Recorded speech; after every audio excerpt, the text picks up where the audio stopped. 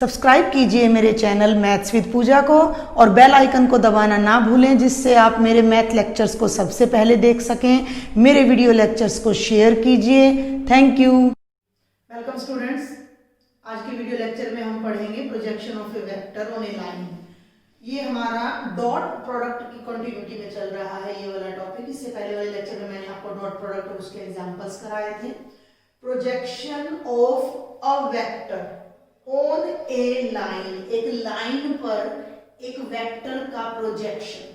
तो मान लीजिए भाई ये कोई हमारे पास लाइन है, क्लियर, और एक वेक्टर है। वेक्टर को हम लाइन पर ही, लाइन के ही कॉर्नर पर मान लीजिए इस लाइन का नाम है भाई ए पी, और इसी पर हम वेक्टर को ले आते हैं। इसी के इनिशियल पॉइंट पर हम एक वेक्टर ले लेते हैं। मान लीजिए ये है भाई वेक्टर ए बी। क्लियर, आ रही बात समझ में? और ये लाइन और वेक्टर के बीच में एंगल है थीटा। तो इस वेक्टर का इस लाइन पर क्या प्रोजेक्शन होगा वो हमने फाइंड करना है। प्रोजेक्शन क्या होता है? देखिए, प्रोजेक्टर लगभग सभी स्कूल्स में प्रोजेक्टर होते हैं, जहां पर आपके सामने व्हाइट बोर्ड होता है, ऊपर प्रोजेक्टर लगा रहता है। वो प्रोजेक्टर जितने एरिया को कवर करता है उतने एरिया पर आपको विजिबिलिटी होती है कंप्यूटर से अटैच करके। अगर आपको कंप्यूटर की कोई फाइल आपको व्हाइट बोर्ड पर शो करनी है तो प्रोजेक्टर की हेल्प से हम ज्यादा बड़ा करके उसको दिखा सकते हैं। तो प्रोजेक्टर क्या होता है कि मान लीजिए हमारे पास कोई ये लाइट है, ये लाइट अगर आपको दिख रहा है मेरा हाथ, तो यहाँ से जितनी भी रेज इस एरिया को कवर कर रही है वो सारा एरिया उस प्रोजेक्टर की रेंज में आ जाता है। यानी वो उस प्रोजेक्टर द्वारा बनाई गई प्रोजेक्शन है व्हाइट बोर्ड पर। क्लियर? आप सभी के स्कूल्स में कंप्यूटर्स और व्हाइट बोर्ड और प्रोजेक्टर जरूर से जरूर होगा, आप वहां भी देख सकते हैं। नहीं तो आप इस चीज को ऐसे भी समझ सकते हो कि आपके पास कोई टॉर्च है, बैटरी है, और आप उससे अंधेरे में किसी पर्टिकुलर एरिया को सर्च कर रहे हैं, तो उस बैटरी को आप जिस एरिया पर डालेंगे तो उस बैटरी से जो रेज निकलेंगी वो रेज, या हम ऐसे लेके बैटरी है, बैटरी के साथ नीचे एक हमने ऑब्जेक्ट रख दिया है, तो वो बैटरी उस ऑब्जेक्ट पर लाइट डाल रही है और उस ऑब्जेक्ट से उसकी जो शेडो बन रही है नीचे कितने एरिया पर, तो वो उसका प्रोजेक्शन हो जाएगा। तो यहाँ पर ए बी का इस पर प्रोजेक्शन कैसे होगा? तो मान लीजिए कि यहां से हमारे पास कोई लाइट पड़ रही है, ये हमारे पास कोई, हम मान लेते हैं एग्जांपल है कि यहाँ से लाइट पड़ रही है, तो वो लाइट यहाँ से जितने भी इसके एरिया को कवर करेगी यहां से तो ये जो एरिया होगा ए सी, ये ए बी का ए पी पर प्रोजेक्शन होगा। परपेंडिकुलर, दोनों कॉर्नर से परपेंडिकुलर, यहां से परपेंडिकुलर डाल नहीं सकता, यहां से यहां हम ये परपेंडिकुलर डाल देते हैं। तो ए बी वेक्टर ने के जो टर्मिनल पॉइंट में यहां पर जो परपेंडिकुलर डाला और जो एरिया कवर किया ए सी, हम कहेंगे A C is the projection of vector A B on line segment line AP line पर ये प्रोजेक्शन है। क्लियर? आया आपको कुछ समझ में कि भाई आपके पास एक टॉर्च है, मान लीजिए मैं यहीं पर एक टॉर्च लेती हूँ और सामने मैं एक छोटा सा कोई भी ऑब्जेक्ट, मान लीजिए मैं ये हाईलाइटर यहाँ अड़ा देती हूँ और यहाँ पर मैं एक टॉर्च लेती हूँ, तो ये टॉर्च इतने एरिया को कवर करके यहाँ इसकी शेडो देगी। ये देखिए आप मेरे हाथ की शेडो को देख पा रहे हो यहाँ पर, तो वो इस मार्कर की जो शेडो वहां जाकर पड़ रही है वो प्रोजेक्शन है इस मार्कर का इस पर। तो यहाँ से जितनी भी रेज जा रही हैं वो इस एरिया को कवर कर रही हैं, दैट इज प्रोजेक्शन। तो यहाँ से जितनी रेज ये पड़ रही हैं वो AC को कवर कर रही हैं, तो AC वेक्टर AB का प्रोजेक्शन है। अब दो चीजें होती हैं, एक होता है प्रोजेक्शन, एक होता है प्रोजेक्शन वेक्टर। ओके, आपके में तो भाई केवल प्रोजेक्शन आएगा, मैं आपको बता दूंगा। हमारी 12th क्लास में केवल प्रोजेक्शन आएगा, हमने केवल प्रोजेक्शन की वैल्यू निकालनी है, हमने केवल प्रोजेक्शन की लंबाई निकालनी है, तो असल में हमने AC निकालना है। आ रही मेरी बात समझ में? तो अगर हमने AC निकालना है, प्रोजेक्शन निकालना है, तो ये एक राइट एंगल ट्रायंगल है ABC। मैं इसको अगर अलग से ड्रॉ करूं तो भाई ये हमारा हो जाएगा, वेट अ मिनट, ये हमारा हो जाता है एक राइट एंगल ट्रायंगल। हाँ, ए बी सी, ये एंगल है थीटा। ए बी वेक्टर हमें पता है, और इसका प्रोजेक्शन हमने AC निकालना है। तो अपना ट्रिग्नोमेट्री को अगर हम यूज करते हैं तो बेस, परपेंडिकुलर और हाइपोटेन्यूज, तो बेस बाय हाइपोटेन्यूज आपका क्या होता है cos थीटा। तो AC बाय AB, अब AB भाई वेक्टर है, तो इसकी लेंथ को आप किससे लोगे, इसकी लेंथ को आप लोगे AB के मॉडुलस से, और ये हो जाएगा cos थीटा। तो जो AC है वो हो जाएगा AB का मैग्नीट्यूड इनटू में cos थीटा, यानी कि वेक्टर AB का AC पर जो प्रोजेक्शन आएगा वो क्या होगा, वो होगा इस वेक्टर का magnitude multiplied by cos theta. Clear, ये है पहली चीज। लेकिन हमें न्यूमेरिकल्स में इस तरह से नहीं मिलेगा, और दूसरी बात अभी हमें प्रोजेक्शन वेक्टर भी समझना पड़ेगा। तो AC को हम अगर एज ए वेक्टर लेते हैं, AC को अगर हम एज ए वेक्टर लेते हैं तो कोई भी वेक्टर कैसे निकलता है, मैग्नीट्यूड इनटू डायरेक्शन। तो ये हो जाएगा AC का मैग्नीट्यूड मल्टीप्लाइड बाय, डॉट नहीं है ये हो जाएगा AC का डायरेक्शन में आने वाला यूनिट वेक्टर। अब ये ABC बड़े लग रहे हैं, तो हम ऐसा करते हैं कि इस वेक्टर को और इस नीचे वाले वेक्टर को दोनों को नाम दे देते हैं।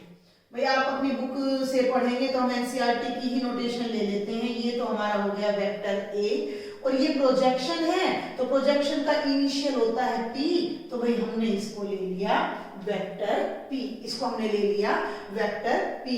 अब हमें वेक्टर P अगर निकालना है तो वो क्या होगा, वेक्टर P का मैग्नीट्यूड और उसकी डायरेक्शन में आने वाला unit vector, understand my point, वो होगा उसकी डायरेक्शन में आने वाला यूनिट वेक्टर। अब ये देखिए आप, अब हमें निकालना है भाई कि अगर हमें डायरेक्ट कोई क्वेश्चन आ जाता है कि वेक्टर A का वेक्टर B पर आप प्रोजेक्शन फाइंड आउट कीजिए, वेक्टर A का वेक्टर B पर प्रोजेक्शन फाइंड आउट कीजिए। तो ये देखिए कि हमने की थी भाई डॉट प्रोडक्ट, हमने की थी डॉट प्रोडक्ट। तो डॉट प्रोडक्ट में हमने क्या किया था कि A डॉट P, समझे आप मेरी बात को, ये A है और ये P है और ये इनके बीच का थीटा एंगल है। अगर मैं इनकी डॉट प्रोडक्ट निकालती हूं तो A डॉट P क्या होगा, magnitude of A magnitude of P into में cos थीटा। क्लियर, मैं इसको इधर ले आती हूं, मैग्नीट्यूड को कांस्टेंट है, नीचे आ जाएगा, और ये डॉट प्रोडक्ट स्केलर है तो डिवाइड हो जाएगी। तो A dot P by magnitude of P is equal to mod A cos theta. ये मोड A cos थीटा क्या है, ये मोड A cos थीटा ये है, ध्यान दें, ये है mode A cos theta. AB हमारा क्या है, वेक्टर A है, और क्योंकि इस पर मैग्नीट्यूड है तो ये मोड A cos थीटा हो जाएगा। और ये मोड A cos थीटा असल में क्या है, ये है भाई AC, और AC क्या है, AC is the projection of vector A on vector B। अब मैं वेक्टर B क्यों कह रही हूं कि हमने AP लाइन पर इसका प्रोजेक्शन निकाला था, AP थी एक लाइन, अब उसको हम एक वेक्टर की नोटेशन में, क्योंकि जो हमें क्वेश्चन मिलेंगे वो वेक्टर की नोटेशन में मिलेंगे, तो A से C की डायरेक्शन में जो भी वेक्टर होगा तो ये पूरा वेक्टर भी तो उसी डायरेक्शन में जाएगा। तो जो प्रोजेक्शन इस पे पड़ रहा है वही इस पे पड़ रहा है हमारा, ठीक है। तो AP को मैंने ले दिया वेक्टर B, ध्यान देंगे, AB वेक्टर को नाम दिया है मैंने वेक्टर A, AC वेक्टर को मैंने नाम दिया है वेक्टर P, और भाई AP वेक्टर को नाम दिया है मैंने वेक्टर B। ये A है, ये पूरा वेक्टर B है, और भाई ये इतना हमारा जो ये वाला है ये हमारा वेक्टर P है। तो वेक्टर A का वेक्टर B पर जो प्रोजेक्शन है, भाई ये हमने AC क्या लिया था, AC हमने क्या लिया था, AC हमने लिया था कि वेक्टर A का AP पर प्रोजेक्शन, ठीक है, वेक्टर A का AP पर प्रोजेक्शन, और AP एक लाइन है, इस लाइन को हम वेक्टर बना दें तो सिर्फ डायरेक्शन ही तो बदलेगी, डायरेक्शन ही तो इंक्लूड हो जाएगी उसके अंदर। तो A का AP पर प्रोजेक्शन कह लें या A का वेक्टर B पर प्रोजेक्शन कह लें, वो सेम थिंग है। क्लियर, तो वेक्टर A का वेक्टर B पर प्रोजेक्शन, या इसको मैं एक बार पहले लिख देती हूँ, ऑन लाइन AP, या इसी को मैं ऐसे भी कह सकती हूँ, projection of vector A on vector B। अब आप इसको उल्टा करके देखें तो हमारे पास क्या आएगा, AC यानी कि projection of vector A on vector B। तो वो ये आ रही है हमारी। अब एक बात और समझो, जो प्रोजेक्शन वेक्टर B पर पड़ रही है वो P पर भी वही प्रोजेक्शन पड़ रही है, तो वो क्या हो जाएगी हमारी A डॉट, ये वाला आ जाएगा हमारा vector P bye mod P, और ये हमारा क्या है, यूनिट वेक्टर है। तो हम इसे लिख देंगे projection of vector A on vector P हो जाएगा, और ये बन जाएगा A dot unit vector P। देखिए P की और B की सेम डायरेक्शन है, सिर्फ मैग्नीट्यूड का फर्क है। दोनों एक ही स्पॉट पर बनने वाले वेक्टर हैं, तो A का B पर प्रोजेक्शन लें या A का P पर प्रोजेक्शन लें, ये हमारा तरीका है क्वेश्चन को करने का। आपको एग्जाम में जो भी क्वेश्चन मिलेंगे वो इस तरह से मिलेंगे कि find the projection of vector A on vector B। एक वेक्टर का दूसरे पर प्रोजेक्शन निकालिए, तो आपने कुछ नहीं करना, ये जो प्रोजेक्शन है वो क्या हो जाएगा, A dot vector B by vector B का मैग्नीट्यूड। क्लियर? या आप इसको ऐसे भी लिख सकते हो कि vector A dot unit vector B। ये प्रोजेक्शन की लंबाई आई है, ये प्रोजेक्शन की लेंथ आई है, और लेंथ ही आपसे क्वेश्चन में पूछी जाएगी। फिर भी अगर आपने इसको वेक्टर में रिप्रेजेंट करना हो इस प्रोजेक्शन को, तो वो वहां अब ध्यान देंगे कि ये तो P आया है असल में हमारा, ये वेक्टर P का मैग्नीट्यूड आया है, तो ये क्या बन जाएगा, A डॉट, जो देखिए यहाँ में क्या लिया था, P पर ले रहे हैं तो P लग जाएगा भाई, B पर ले रहे हैं तो P लग जाएगा, तो A dot unit vector P आया था, और साथ में फिर से यूनिट वेक्टर P, ऐसे भी प्रोजेक्शन लिखी जाती है। तो ये थोड़ा सा प्रोजेक्शन की मैंने आपको डिटेल बताई है। इन पर्टिकुलर जब आप क्वेश्चन करेंगे तो आपको बहुत ही आसान क्वेश्चन पढ़ेंगे, और वहां से आपने वो क्वेश्चन सिर्फ और सिर्फ इस फॉर्मूले से आपने ये क्वेश्चन अटेम्प्ट करने हैं। तो चलिए अब हम क्वेश्चंस देखते हैं डायरेक्ट। इसके दो ही हमारे पास क्वेश्चन है एक्सरसाइज में भाई, और एक एग्जांपल है हमारे पास, तो ये कभी कभी आ जाता है, हम टॉपिक को अवॉइड नहीं कर सकते हैं। तो now we will do example number 16। Find the, I will change the pen, find the projection of vector A। ये देखिए भाई, ये तो है आपका vector A, that is 2i plus 3j plus 2k, okay, और ये है आपका vector B, that is i plus 2j plus k, और हमने क्या निकालना है, ये हमारा क्वेश्चन है, find the projection of vector A on B। तो भाई आपने कुछ नहीं करना, सिर्फ ये लिखना है आपने कि projection of vector A on vector B is given by, simple ये अपना क्या आ जाएगा, A dot unit vector B। अब यूनिट वेक्टर B निकालने के लिए क्या करेंगे, हम इसको इसी के मैग्नीट्यूड से डिवाइड कर देंगे, इसी के मॉडुलस से डिवाइड कर देंगे। तो वेक्टर B का मॉडुलस निकाल लीजिए भाई, 1 square plus 2 square plus 1 square का under root, 1 plus 1 2 plus 2 1 plus 4 plus 1 कितना हो जाएगा भाई, ये हो जाएगा √6। ओके, तो यूनिट वेक्टर क्या बनेगा, vector B by vector B का मैग्नीट्यूड। तो ये वेक्टर B है, इसको √6 से डिवाइड कर दीजिए, 1 by √6 into i plus 2j plus k। Okay, तो अगर सेपरेट भी करते हो तो ये क्या बन जाएगा भाई, 1 by √6i plus 2 by √6j plus 1 by √6k। ये तो हो गया आपका unit vector B। Vector A आपके पास है, यहाँ आप वैल्यू पुट करेंगे तो क्या आ जाएगी, प्रोजेक्शन आ जाएगी। तो यहाँ पर डायरेक्ट लिख दीजिए फ्रॉम 1, जो प्रोजेक्शन है हमारी वो क्या हो जाएगी, vector A dot B। Vector A कितना है, वेक्टर ए है भाई हमारा 2i plus 3j plus 2k और डॉट यूनिट वेक्टर बी हमारा क्या हो जाएगा 1/√6i plus 2/√6j plus 1/√6k।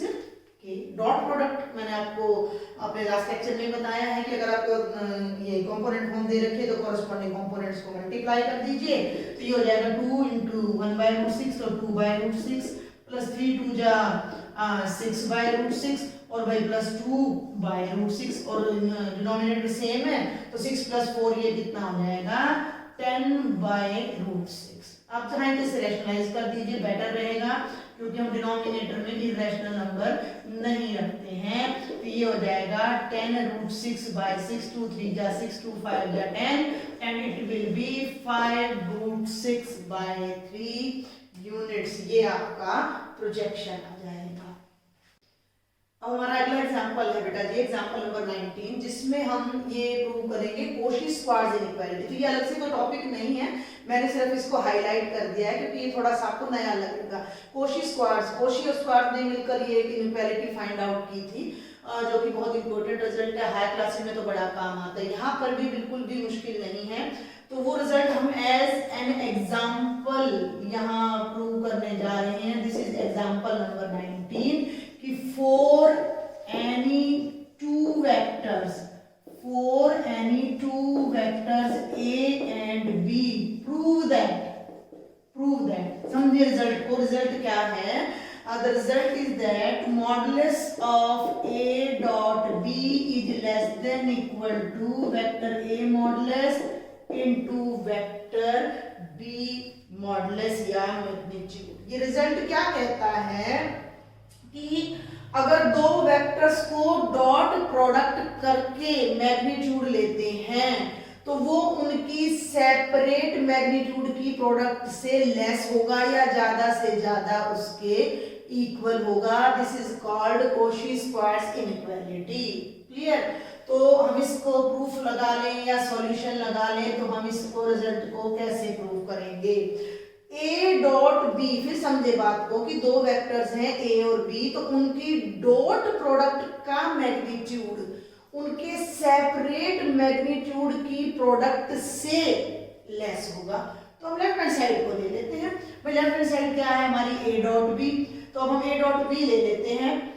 देखिए A डॉट बी क्या है, पहले तो आप ये देखिए कि अगर पहला केस तो आप ये देखिए कि अगर वेक्टर A 0 है या वेक्टर बी 0 है, ये हमें डिस्कस करना बहुत जरूरी है। मे भी कि ये 0 वेक्टर हो तो रिजल्ट प्रूव हो जाएगा।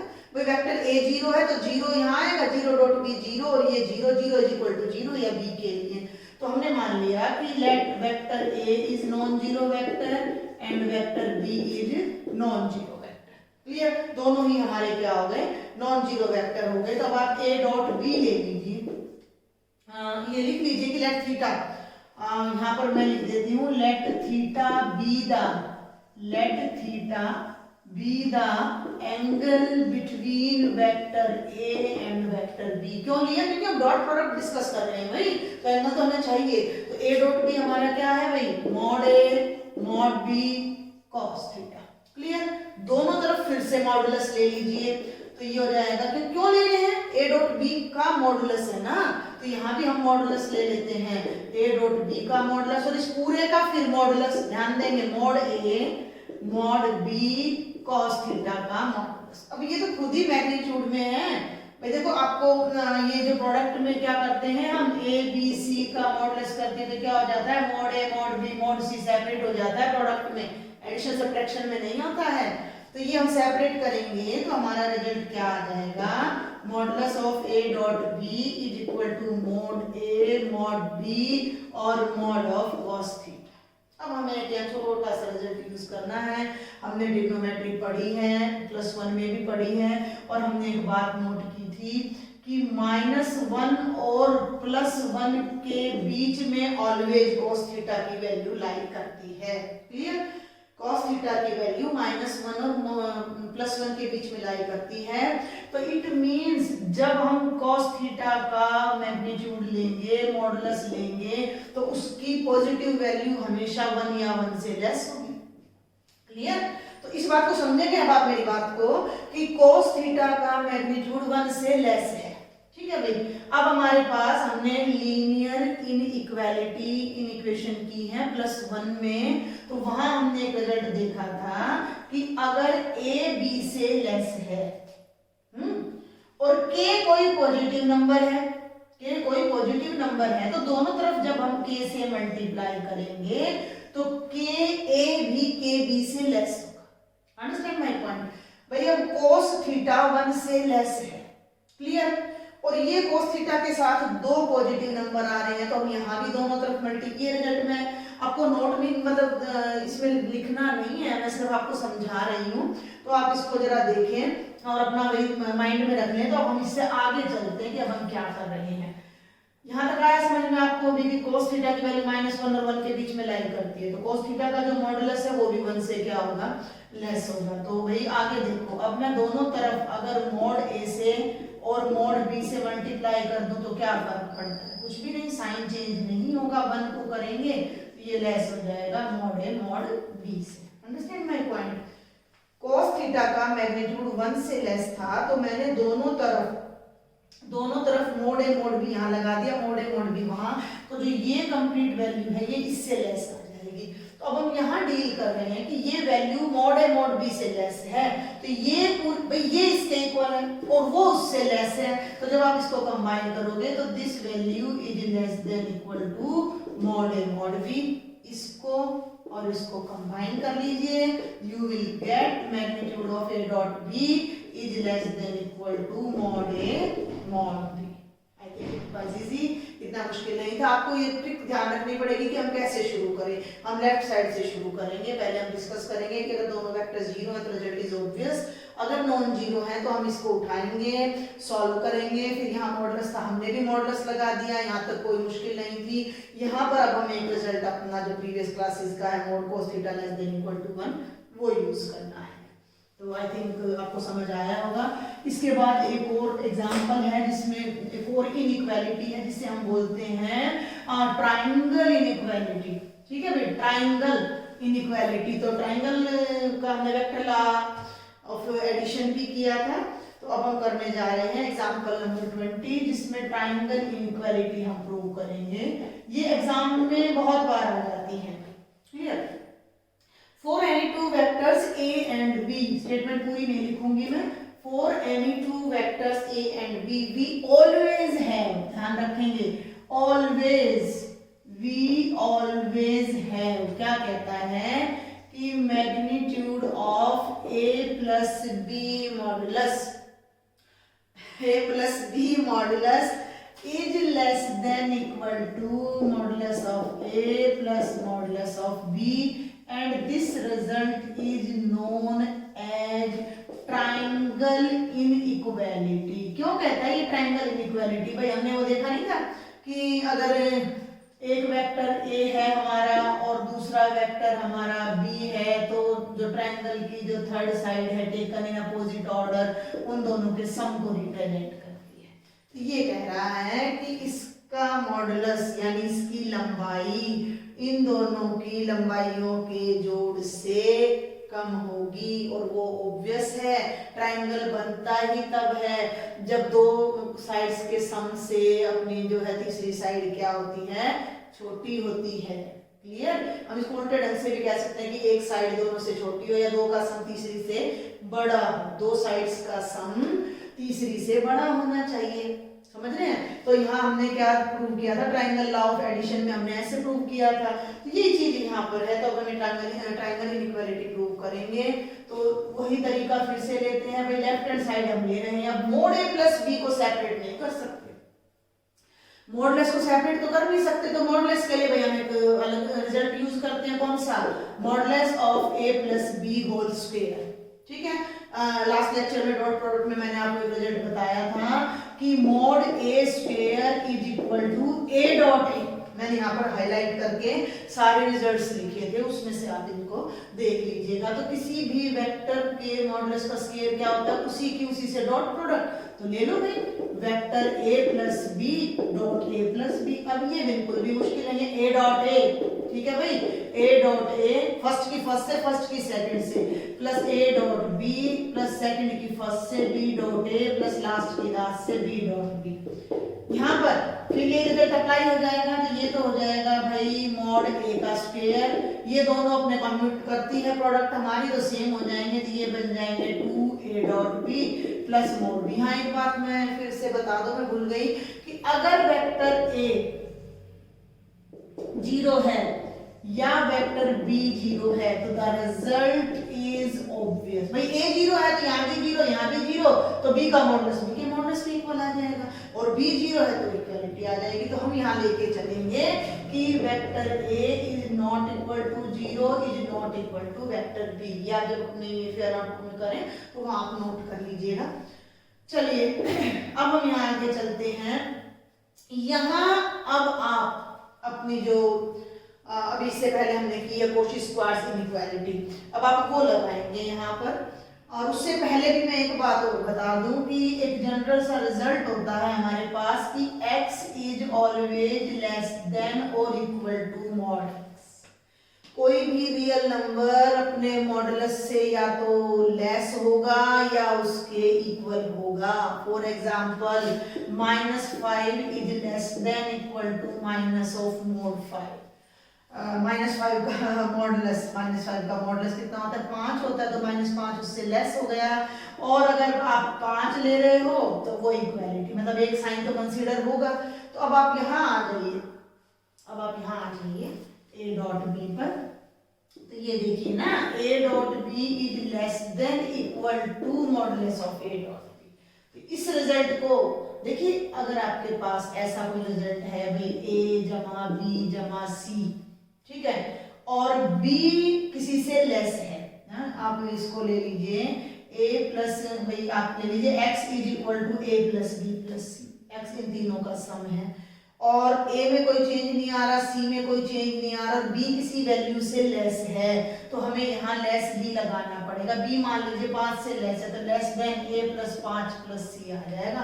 पूरे रिजल्ट पे इफेक्ट पड़ जाता है। तो उसी चीज को, इस रिजल्ट को हम यहाँ अप्लाई जब करेंगे इसके ऊपर, तो यहाँ पर जो साइन आएगा वो लेस देन इक्वल टू का आ जाएगा, मॉडुलस ऑफ a स्क्वायर। इसको हम मॉड में बदल रहे हैं, 2 modulus of a dot b plus modulus of b square. और यहाँ आप लगा दीजिए कोशी स्क्वायर्स इनइक्वालिटी। ये कारण लिख दीजिएगा, बिकॉज कोशी स्क्वायर्स इनइक्वालिटी क्या कहती है कि a dot b modulus is less than equal to modulus a modulus b। अब इस रिजल्ट की वजह से फिर लेस देन का साइन आएगा।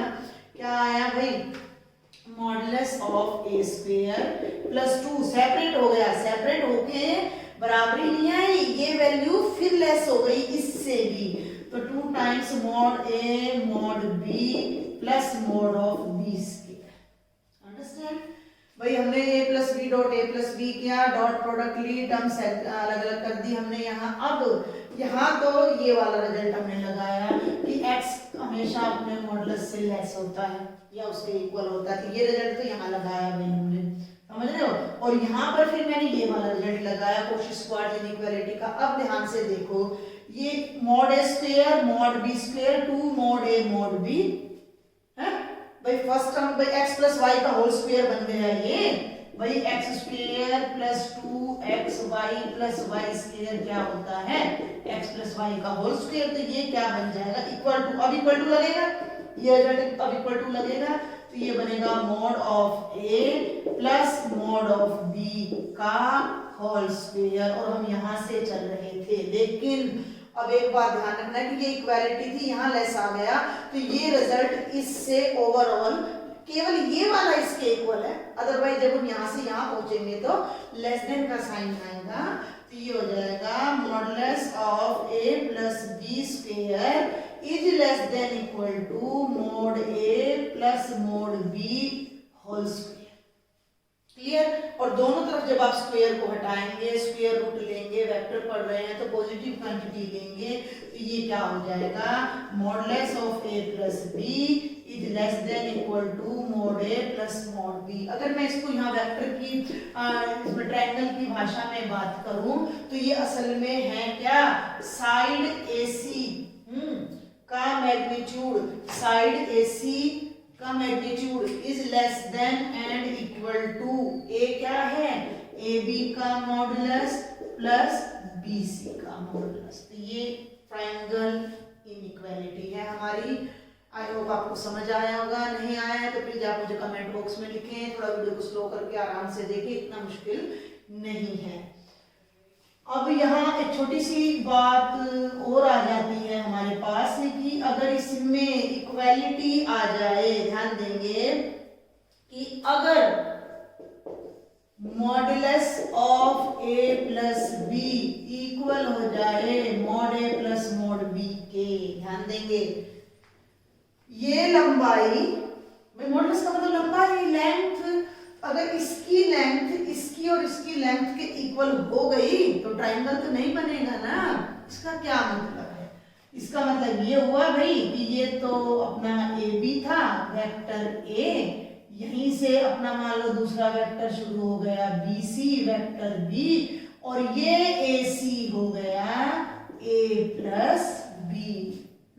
समझ आ रही है बात भाई, ये इसकी लंबाई, ये इसकी लंबाई और ये इसकी लंबाई, इसका सीधा सा मतलब क्या है कि ये तीनों वेक्टर कॉलिनियर हैं, ये तीनों पॉइंट्स हमारे कॉलिनियर हैं। तो यहाँ हम इसको कैसे लिखेंगे कि AC का magnitude is equal to vector AB plus vector BC अगर है तो पॉइंट्स ABC आर कॉलिनियर।